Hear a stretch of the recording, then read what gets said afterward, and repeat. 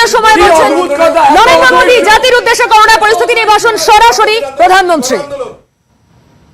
Corona के खिलाफ देश आज फिर एक बहुत बड़ी लड़ाई लड़ रहा है। कुछ सप्ताह पहले तक स्थितियां संभली हुई थी और फिर एक कोरोना की दूसरी वेव तूफान बनकर आ गई। जो पीड़ा आपने सही है, जो पीड़ा आप सह रहे हैं, उसका मुझे पूरा एहसास है। जिन लोगों ने बीते दिनों में अपनों को खोया है, मैं आप सह रहे हैं, उसका मुझे पूरा एहसास है। जिन लोगों ने बीते दिनों में अपनों को खोया है, मैं सभी देशवासियों की तरफ से उनके प्रति संवेदनाएं व्यक्त करता हूं। परिवार के एक सदस्य के रूप में मैं आपके दुख में शामिल हूं। चुनौती बड़ी है, लेकिन हमें मिलकर अपने संकल्प, अपने हौसले और तैयारी के साथ इसको पार करना है। साथियों, अपनी बात को विस्तार देने से पहले मैं देश के सभी डॉक्टरों, मेडिकल स्टाफ, पैरामेडिकल स्टाफ, हमारे सभी सफाई कर्मचारी भाई बहन, हमारे एम्बुलेंस के ड्राइवर्स, हमारे सुरक्षा बल, पुलिसकर्मी, सभी की सराहना करूंगा। आपने कोरोना की पहली वेव में भी अपना जीवन दांव पर लगाकर लोगों को बचाया था। आज आप फिर इस संकट में अपने परिवार, अपने सुख, अपनी चिंता छोड़कर दूसरों का जीवन बचाने में दिन रात जुटे हुए हैं। साथियों, हमारे शास्त्रों में कहा गया है, त्याज्यम न धैर्यम विदुरेऽपि काले, अर्थात कठिन से कठिन समय में भी हमें धैर्य नहीं खोना चाहिए। किसी भी परिस्थिति से निपटने के लिए हम सही निर्णय लें, सही दिशा में प्रयास करें, तभी हम विजय हासिल कर सकते हैं। इसी मंत्र को सामने रखकर आज देश दिन रात काम कर रहा है। बीते कुछ दिनों में जो फैसले लिए गए हैं, जो कदम उठाए गए हैं, वो स्थिति को तेजी से सुधारेंगे। इस बार कोरोना संकट में देश के अनेक हिस्से में ऑक्सीजन की डिमांड बहुत ज्यादा बढ़ी है। इस विषय पर तेजी से और पूरी संवेदनशीलता के साथ काम किया जा रहा है। केंद्र सरकार, राज्य सरकारें, प्राइवेट सेक्टर, सभी की पूरी कोशिश है कि हर जरूरतमंद को ऑक्सीजन मिले। ऑक्सीजन प्रोडक्शन और सप्लाई को बढ़ाने के लिए भी कई स्तरों पर उपाय किए जा रहे हैं। राज्यों में नए ऑक्सीजन प्लांट्स हो, 1 लाख नए सिलेंडर पहुंचाने हो, औद्योगिक इकाइयों में इस्तेमाल हो रही ऑक्सीजन का मेडिकल इस्तेमाल हो, ऑक्सीजन रेल हो, हर प्रयास किया जा रहा है। साथियों, इस बार जैसे ही कोरोना के केस बढ़े, देश के फार्मा सेक्टर ने दवाइयों का उत्पादन और बढ़ा दिया है। आज जनवरी फरवरी की तुलना में देश में कई गुना ज्यादा दवाइयों का प्रोडक्शन हो रहा है। इसे अभी और तेज किया जा रहा है। कल भी मेरी देश की फार्मा इंडस्ट्री के बड़े जो प्रमुख लोग हैं, उसके जो एक्सपर्ट लोग हैं, उनसे बहुत लंबी चर्चा हुई है। प्रोडक्शन बढ़ाने के लिए हर तरीके से दवाई कंपनियां की मदद ली जा रही है।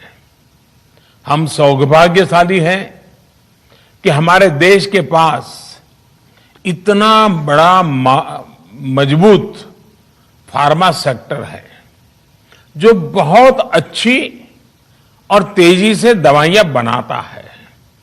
इसके साथ ही अस्पतालों में बेड की संख्या को बढ़ाने का भी काम तेजी से चल रहा है।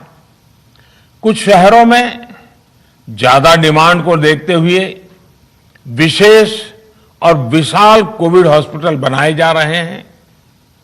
साथियों, पिछले वर्ष जब देश ने कोरोना के कुछ ही मरीज सामने आए थे, उसी समय भारत में कोरोना वायरस के खिलाफ प्रभावी वैक्सीन के लिए काम शुरू कर दिया था।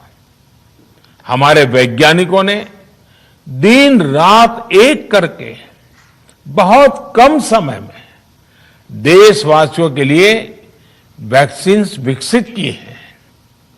आज दुनिया की सबसे सस्ती वैक्सीन भारत में है।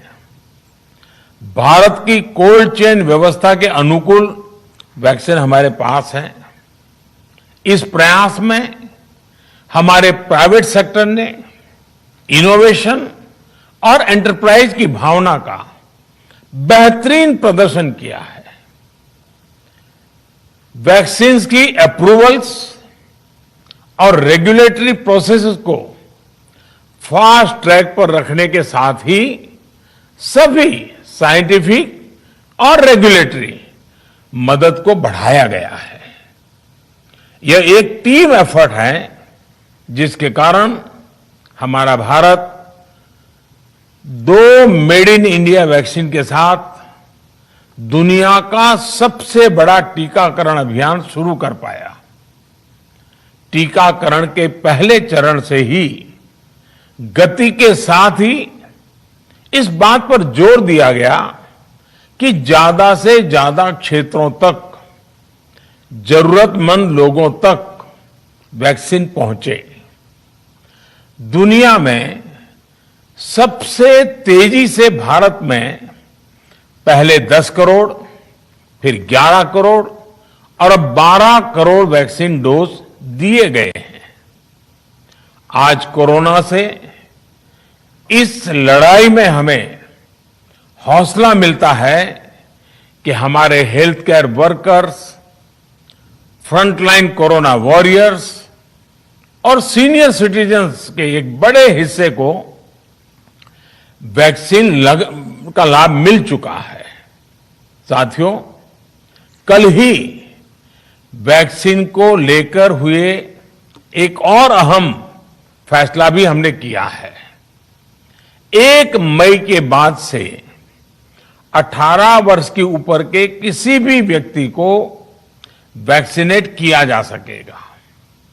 अब भारत में जो वैक्सीन बनेगी उसका आधा हिस्सा सीधे राज्यों और अस्पतालों को भी मिलेगा। इस बीच गरीबों, बुजुर्गों, निम्न मध्यम वर्ग के लोग, 45 वर्ष की आयु के ऊपर के व्यक्तियों के लिए केंद्र सरकार का जो वैक्सीन कार्यक्रम चल रहा है वो भी उतनी ही तेजी से जारी रहेगा। पहले की तरह ही सरकारी अस्पतालों में मुफ्त वैक्सीन मिलती रहेगी, जिसका फायदा, जैसा मैंने कहा, हमारे गरीब परिवार हो, हमारे मध्यम वर्ग, निम्न मध्यम वर्ग के परिवार हो, वो उनका लाभ उठा सकेंगे। साथियों, हम सभी का प्रयास जीवन बचाने के लिए है, और जीवन बचाने के लिए तो है ही, प्रयास से भी ये है कि आर्थिक गतिविधियां और आजीविका कम से कम प्रभावित हो। प्रयास का तरीका यही रखा जाए। वैक्सीनेशन को 18 वर्ष की आयु के ऊपर के लोगों के लिए ओपन करने से शहरों में जो हमारे वर्कफोर्स है उसे तेजी से वैक्सीन उपलब्ध होगी। राज्यों और केंद्र सरकार के प्रयासों से श्रमिकों को भी तेजी से वैक्सीन मिले लगेगी। मेरा राज्य प्रशासन से आग्रह है कि वो श्रमिकों का भरोसा जगाए रखे। उनसे आग्रह करें कि वो जहां है वहीं रहे। राज्यों द्वारा दिया गया ये भरोसा उनकी बहुत मदद करेगा कि वो जिस शहर में है वहीं पर अगले कुछ दिनों में वैक्सीन भी लगेगी और उनका काम भी बंद नहीं होगा। साथियों, पिछली बार जो परिस्थितियां थी वो अभी से काफी भिन्न थी। तब हमारे पास इस वैश्विक महामारी से लड़ने के लिए कोरोना स्पेसिफिक मेडिकल इंफ्रास्ट्रक्चर नहीं था। आप याद करिए देश की क्या स्थिति थी। कोरोना टेस्टिंग के लिए पर्याप्त लैब नहीं, पीपीई का कोई प्रोडक्शन नहीं, हमारे पास इस बीमारी के ट्रीटमेंट के लिए कोई खास जानकारी भी नहीं। लेकिन बहुत ही कम समय में हमने इन चीजों में सुधार किया।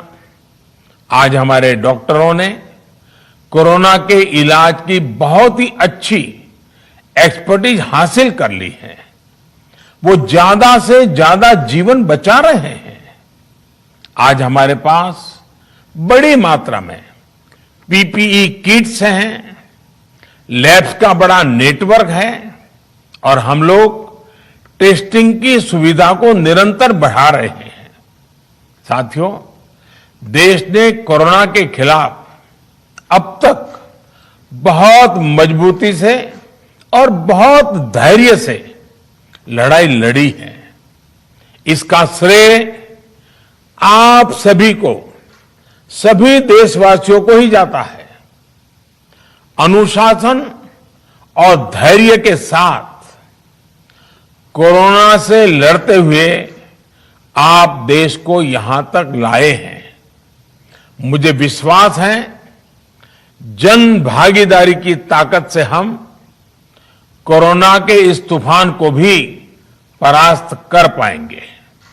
आज हम अपने चारों ओर देख रहे हैं कि कैसे कई लोग, कई सामाजिक संस्थाएं जरूरतमंदों तक मदद पहुंचाने में दिन रात जुटे हैं।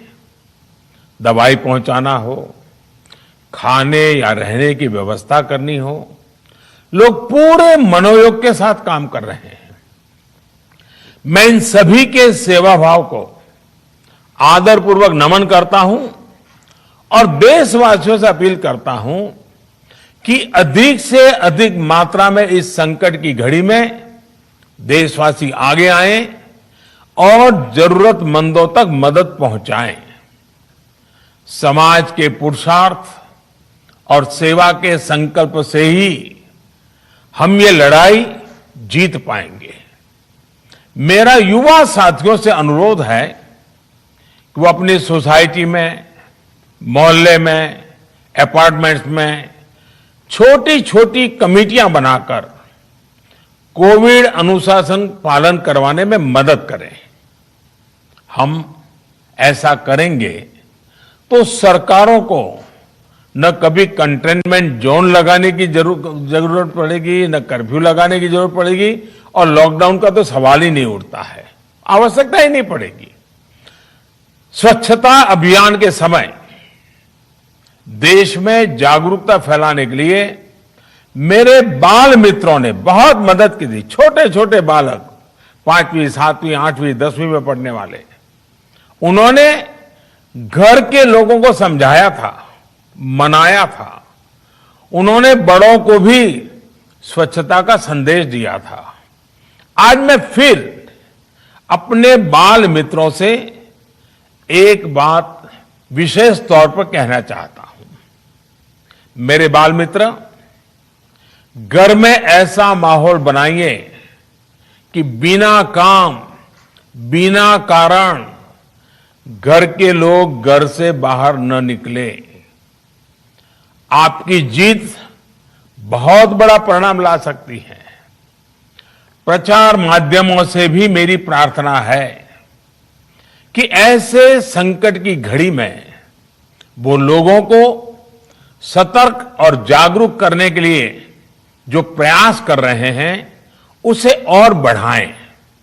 इसके साथ ही इसके लिए भी काम करें कि डर का माहौल कम हो सके, लोग अफवाह और भ्रम में न आए। साथियों, आज की स्थिति में हमें देश को लॉकडाउन से बचाना है। मैं राज्यों से भी अनुरोध करूंगा कि वो लॉकडाउन को अंतिम विकल्प के रूप में ही इस्तेमाल करें।